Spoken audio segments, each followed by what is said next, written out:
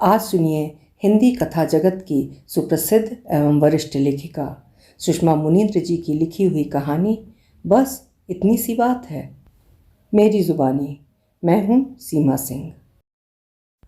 भागीरथी बिरसिंहपुर आ रही है। लंबे समय, शायद 3 साल बाद आ रही है।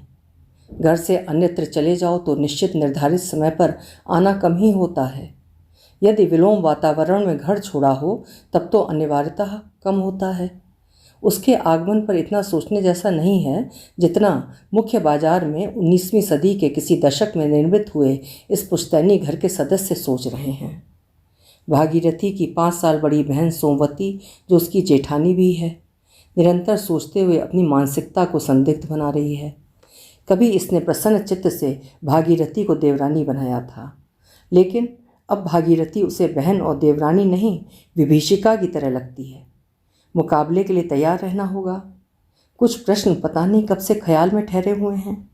सारे प्रश्न दिमाग में खिंचाव भर रहे हैं। क्यों आ रही है? हिस्सा बांट कराने आ रही है? पूरे मकान में बसर होती नहीं, आधे में कैसे होगी? लाभचंद, जो सोमवती के निष्काम योगी पति हैं, समय समय पर बड़ा पसलियाँ फुलाकर कहते रहे हैं, ये घर जादुई है। कितने ही लोग आ जाएं, पता नहीं कहाँ समा जाते हैं। मवेशी की तरह अड़से रहने को समा जाना माने तो समा जाते होंगे। आधे की हकदार भागीरथी अपने हिस्से में ताला मारकर या किराएदार को बसाकर कानपुर सटक ली, तब जादुई घर का गरूर धरा रह जाएगा। भागीरथी अमीर है, लेकिन हड़पने का चाव नहीं छोड़ रही है। लगता है मकान को परलोक ले जाएगी। इसकी छत पर बैठकर बैतरणी पार करेगी, या कि अपना हिस्सा बेचकर कानपुर में आरामगाह बनवाएगी। आधा मकान बिकेगा कैसे? मकान की बनावट ऐसी है कि ठीक नाप का विभाजन नहीं हो सकता। मकान बाबू मतलब सोमवती के ससुर के पिता ने बनवाया या पिता के पिता ने, सम्यक जानकारी नहीं, पर तय है इन घड़ी साजों में बुद्धि कौशल नहीं था। आज ये इलाका सदर बाजार की तरह फल फूल रहा है, पर तब मुफ्त का खाली मैदान रहा होगा। बुद्धिमान होते तो आगे पीछे अगल बगल की ज़मीन दाब लिए होते, पर मंद बुद्धि के चलते उतनी ही ज़मीन का इस्तेमाल किया जितने में मकान बना। सास बताती थी कि घर के पिछवाड़े लड़ैया सियार बोलते थे। रात में स्पष्ट आवाज़ सुनाई देती थी। मानसून में जब कभी धूप होती और अचानक पानी बरसने लगता, तब लोग कहते लड़ैयों की शादी हो रही है, धूप में पानी बरस रहा है। वैसे भागीरथी को समझ होनी चाहिए कि घर का विभाजन नहीं हो सकता, ना ही किराएदार को बसाया जा सकता है। घर के अग्रभाग में लाभचंद ने जो घड़ी साज के बड़े दरवाजे पर दुकान सजा रखी है, उसका प्रवेश द्वार घर का भी प्रवेश द्वार है। किराएदार दखल की तरह वहाँ से आना जाना कर आतंक फैलाएंगे। भागीरथी चंट है, कह सकती है बपौती अपने पास रखो, मुझे अपने हिस्से का बाजार मूल्य दे दो। घर की मरम्मत कराने की तार मतलब आर्थिक स्थिति नहीं है।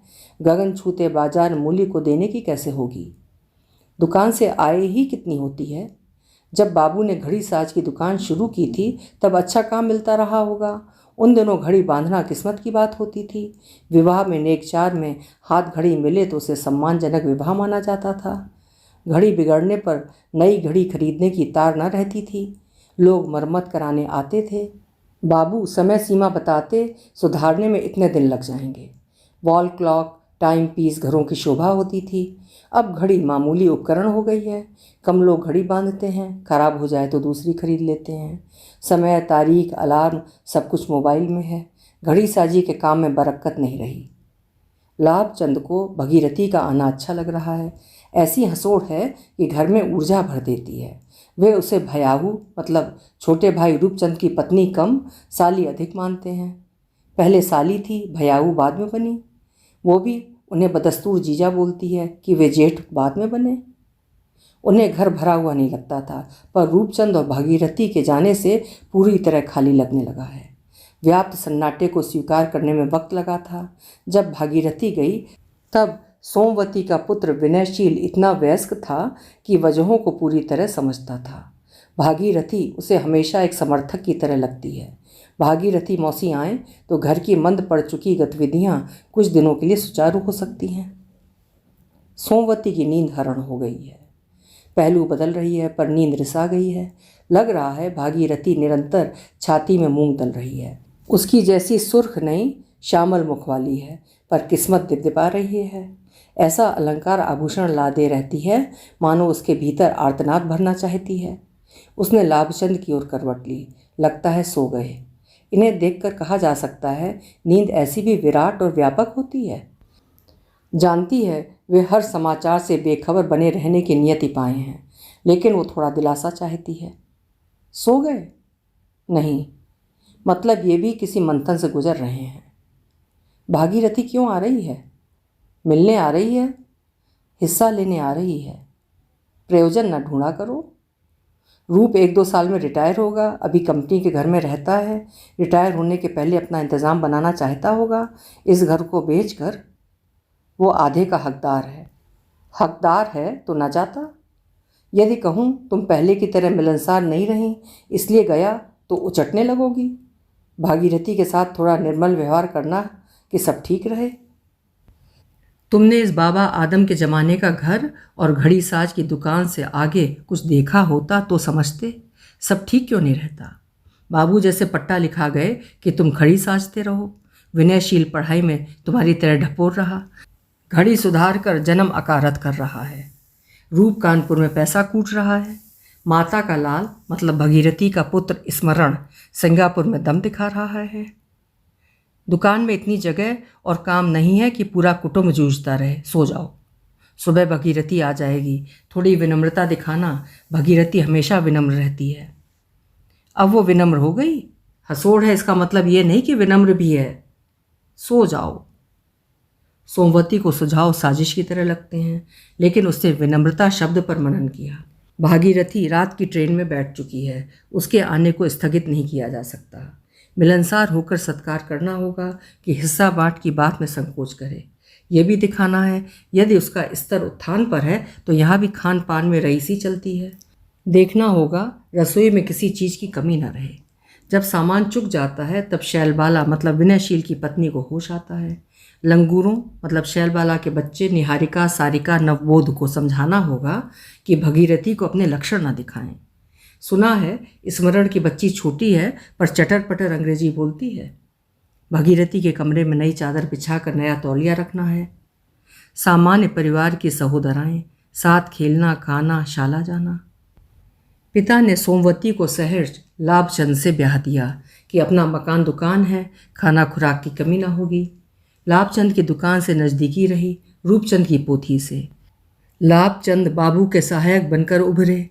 रूपचंद 2-4 साल इधर उधर गुमराह होकर स्थानीय बिरला सीमेंट फैक्ट्री में सेल्स डिपार्टमेंट में जम गया। सोमवती विनम्रता, विनयशील, विनीता की जननी बनी। 8 बरस तक चारों ओर से बांझ संबोधन सुनने के बाद भगीरथी ने अकस्मात स्मरण को जन्म दिया। बाबू के न रहने पर आसंदी लाभचंद ने संभाल ली। रूपचंद मन बहलाव की तरह जब कभी दुकान में चरण रखता, सोमवती इसे अपनी दीनता मानती है कि विनयशील दुकान में दिलचस्पी बनाने लगा, जबकि स्मरण सर्वोच्च अंक लेकर कक्षा दर कक्षा पास होता गया। सोमवती के लेखे ये आगत की पूर्व पीठिका थी कि विनयशील नाक काटने कटाने की ओर अग्रसर रहेगा, जबकि स्मरण पढ़ोगे लिखोगे तो बनोगे नवाब की तर्ज पर बाबू साहब बनेगा। उसने लाभचंद को सुराग दिया। तुम घड़ी के कलपुर्जों में आंख फोड़ते हो, रूफ फैक्ट्री में वाग विलास करता है, विनयशील दुकान में पच्ची हो रहा है, स्मरण पोथी से चिपका रहता है। बाबू घड़ियों की मरम्मत करते थे। मैं मरम्मत के साथ पुरानी घड़ियां खरीदने बेचने का काम करने लगा हूँ। यहाँ घड़ी की जो 2 दुकानें हैं उनके मालिक बिगड़ गई घड़ी को सुधारने के लिए मेरे पास भेजते हैं। मैं अच्छा कारीगर हूँ। वक्त ने साथ दिया तो विनयशील एक दिन नई घड़ियों का कारोबार करेगा। रूप कमाई जोड़ रहा है, तुम विनयशील को दुकान में लगाकर कंगाल बना रहे हो। रूप घर खर्च में कमी नहीं होने देता। देखो हमारे 3 बच्चों पर खर्च होता है, रूप के 1 पर। 3 पैदा कर लेते, 1 ठो हो नहीं रहा था। विनम्रता की शादी का जंका मंका रूप की कमाई से बना था। वैमनस्य न रखो। नहीं रखती। यदि माता का लाल पोथी से चिपका न रहता। पढ़ता था पर नहीं जानती थी कि इतना पढ़ता है कि IIT की प्रवेश परीक्षा अच्छी रैंक से पास करेगा। वो अब तक के कुल जमा जीवन के सबसे दारुण शोक से गुजरी। लगा नाड़ी का रक्त बूंद बूंद निथार लिया गया है। आंखों में मरे हुए सपनों के अक्स उभर आए। दंग थी कि लाभचंद शोक नहीं उत्सव मना रहे हैं। स्मरण ने कुल की कीर्ति बढ़ा दी। पूरा बिरसिंहपुर नाच कर रहा है। हंसोड़ भागीरथी की हंसी शीर्ष पर थी। जीजा, प्रार्थना में बल होता है। आप सबकी प्रार्थना से स्मरण का जन्म हुआ। प्रार्थना से इतनी बड़ी सफलता मिली। सोमवती को लगा ये हंसी नहीं अट्टहास है कि तुम्हें अंतिम पंक्ति में छोड़ते हुए मैं अग्रिम पंक्ति में आ गई हूँ। उस चिन्हित किए जाने वाले दिन ने माहौल को बदल दिया। माहौल में बढ़ती जा रही गोपनीयता, निष्ठुरता, अलगाव को परख कर रूपचंद ने अपनी सावधानी से लाभचंद को अवगत कराया। भाई, स्मरण को कानपुर का कॉलेज मिला है। वो छात्रावास में नहीं रहना चाहता।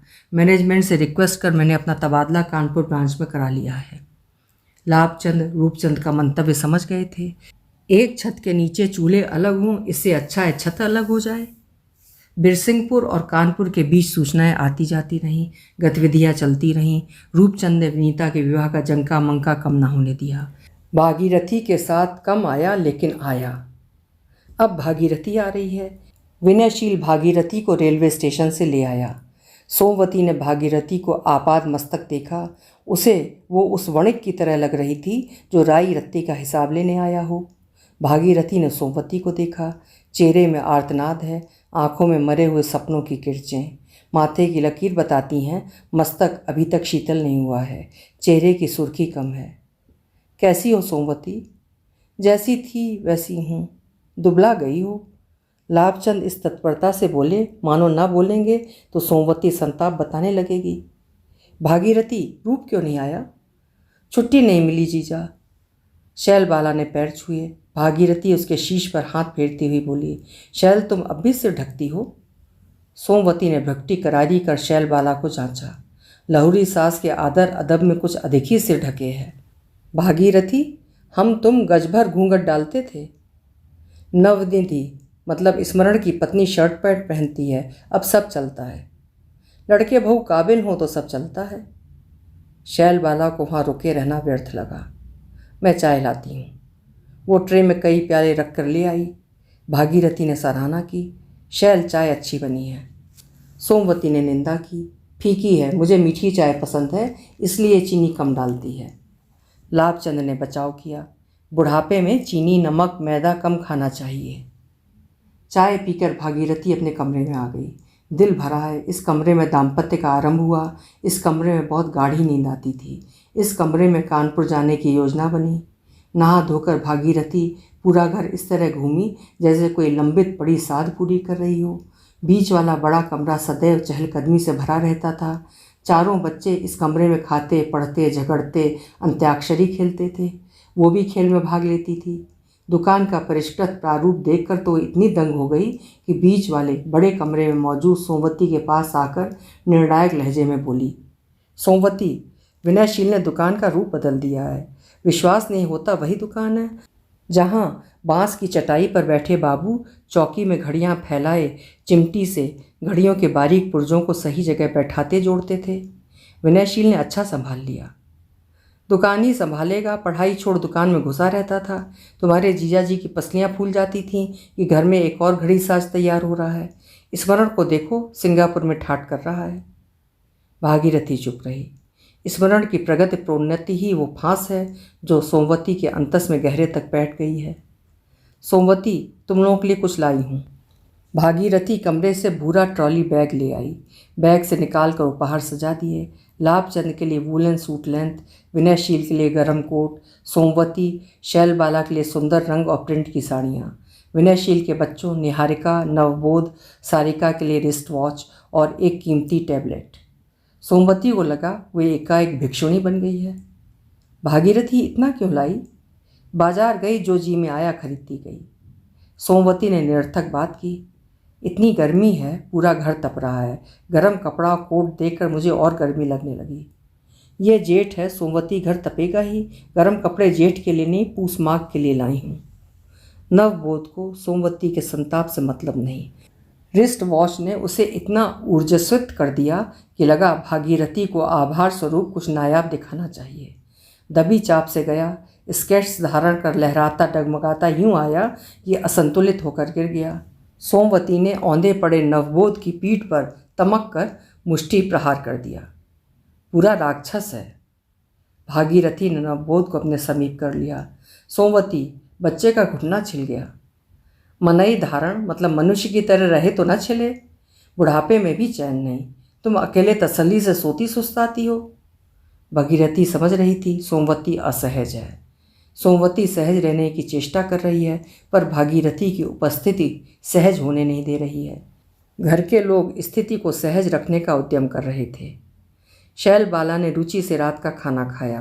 वैसे तो सभी अपनी फुर्सत और सुविधा के अनुसार अलग अलग समय से खाते हैं, पर भागीरथी के उपलक्ष्य में सभी एक साथ बड़े कमरे में खा रहे हैं। भागीरथी रुचि से खा रही है। शैल खाना अच्छा बना है। सोमवती ने महत्व नहीं दिया। अब खाना बनाने में मेहनत नहीं है भागीरथी। हमने दरना कूटना पीसना किया, चूल्हा और सिगड़ी फूंकी। तुम्हें बना बनाया खाना मिलता है सोमवती, मज़े करो। अब तो लगता है कोई 2 रोटी बनाकर परस दे, इत्मीनान से खाऊं। भागीरथी, तुम्हारा मन रसोई में कभी नहीं लगा। माँ तो मुझे रसोई में पेरे रहती थी। रसोईया काहे नहीं रख लेती? रसोईया तादाद में तेल मिर्च मसाला झोंकेगा। विनयशील के मौसा डायबिटिक हैं। शैल वाला सब्जी में ऐसा तेल उड़ेलती है कि मुझे डकारें आती हैं। हमने बहुत कम में गुजारा किया।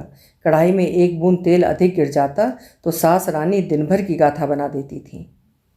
हमारे पास कम था सोमवती, हमने कम में गुजारा किया।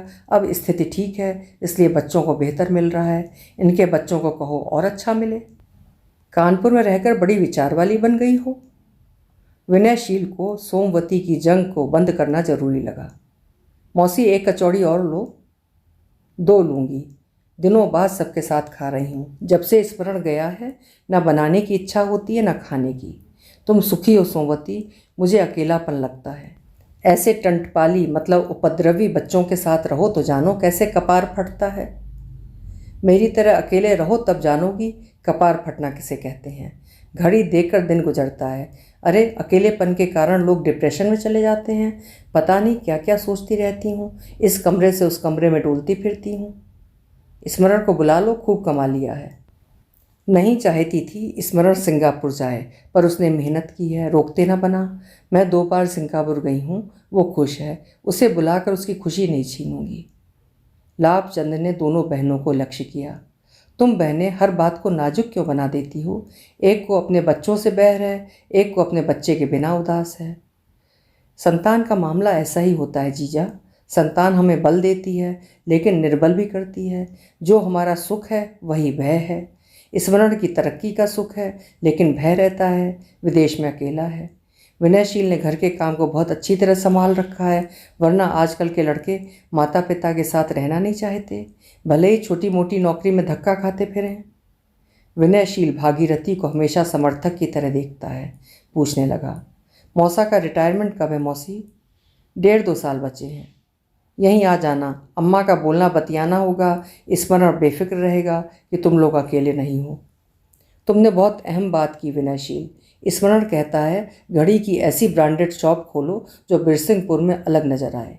जीजा, न्यू मार्केट में ज़मीन या बनी बनाई दुकान खरीदना है, पैसे की फिक्र ना कीजिए, पर्याप्त हैं। आप पुराने चलन के हैं, अपनी दुकान संभालते रहना। विनयशील नए चलन का है, नई दुकान संभालेगा। इसके मौसा इसे असिस्ट करते रहेंगे।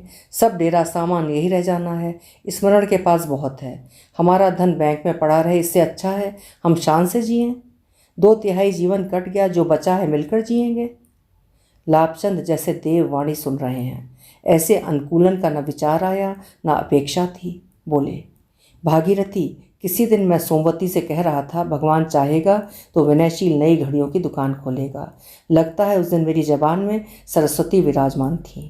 नई घड़ियों की दुकान हमेशा से मेरा सपना रहा है। मेरा नहीं जीजा, हमारा। मेरा तेरा कुछ नहीं होता, हमारा होता है, क्योंकि इंसान एक तरह का परजीवी है, एक दूसरे का सहारा लेता है। अकेला व्यक्ति कितना ही मजबूत हो, पूरी तरह मजबूत नहीं होता। हम लोग पता नहीं क्यों मार्ग नहीं बनाते, मुद्दा बनाते हैं। दिलचस्प बात यह है कि सही तरीके से जीवन बिताने में मेहनत नहीं करनी पड़ती, गलत तरीके से बिताने में करनी पड़ती है। लाभचंद के खाते का बहुत अच्छा दिन है। भागीरथी को देखा जैसे तारणहार को देख रहे हैं। कानपुर में बहुत बड़ी बड़ी बातें सिखाई जाती हैं। स्मरण सिखाता है, मुझे लगता है ये वो सही सिखा रहा है। कहते हुए भागीरथी ने सोमवती से औचक कहा, सोमवती, मैं घर वापसी कर सकती हूँ? सोमवती की स्थिति प्यादे की तरह हो गई। जो भी कहना चाहती थी कहा, घर जितना मेरा है उतना तुम्हारा। भागीरथी ने अब शैलबाला को लक्ष्य किया। शैल, तुम एक और सास को झेल लोगी ना? शैलबाला की अभिलाषा जानने की चेष्टा कभी किसी ने नहीं की। भागीरथी कर रही है। मौसी, आप घर की धुरी हैं जैसे अम्मा। खाना खाकर सब सोने चले गए। सोमवती को बीती रातों में नींद नहीं आई थी कि भागीरथी आ रही है। आज आत्मालाप सोने नहीं दे रहा है। उसे स्वयं पर तरस आया कि दूरदर्शिता पर कभी मनन नहीं किया। अपने विचारों को पुख्ता करती रही। आज लग रहा है विचारों में बहुत गफलत होती है। कभी सही लगने वाले विचार आगे चलकर गलत लगने लगते हैं। उन विचारों में बहुत गफलत होती है जो सही अंजाम की ओर नहीं ले जाते।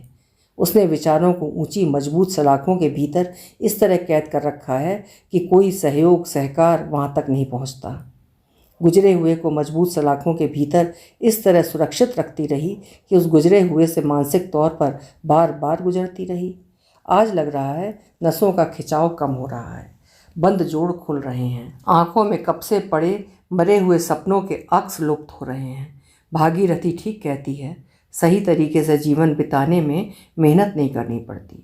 सही तरीके से जीना एकदम प्राकृतिक, वास्तविक, स्वाभाविक प्रक्रिया है। गलत तरीके से जीवन बिताने में मेहनत करनी पड़ती है, क्योंकि तब उठा पटक, दांव पेंच, छल छंद लगाए जाते हैं। लाभचंद ठीक कहते हैं, दुकान में इतना काम और जगह नहीं है कि पूरा कुटुंब इसमें जूझता रहे। स्मरण और रूपचंद भी घड़ी साजते रहते तो आय नहीं आशंका बढ़ती। विनम्रता विनीता के विवाह में जंका मंका ना होता। घड़ी की नई दुकान की योजना न बनती। बात बहुत सीधी सुलझी और इतनी सी थी।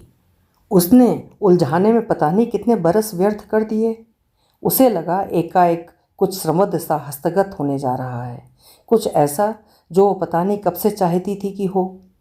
रात की ट्रेन से भागीरथी जा रही है। सोमवती की आंखें भर आईं।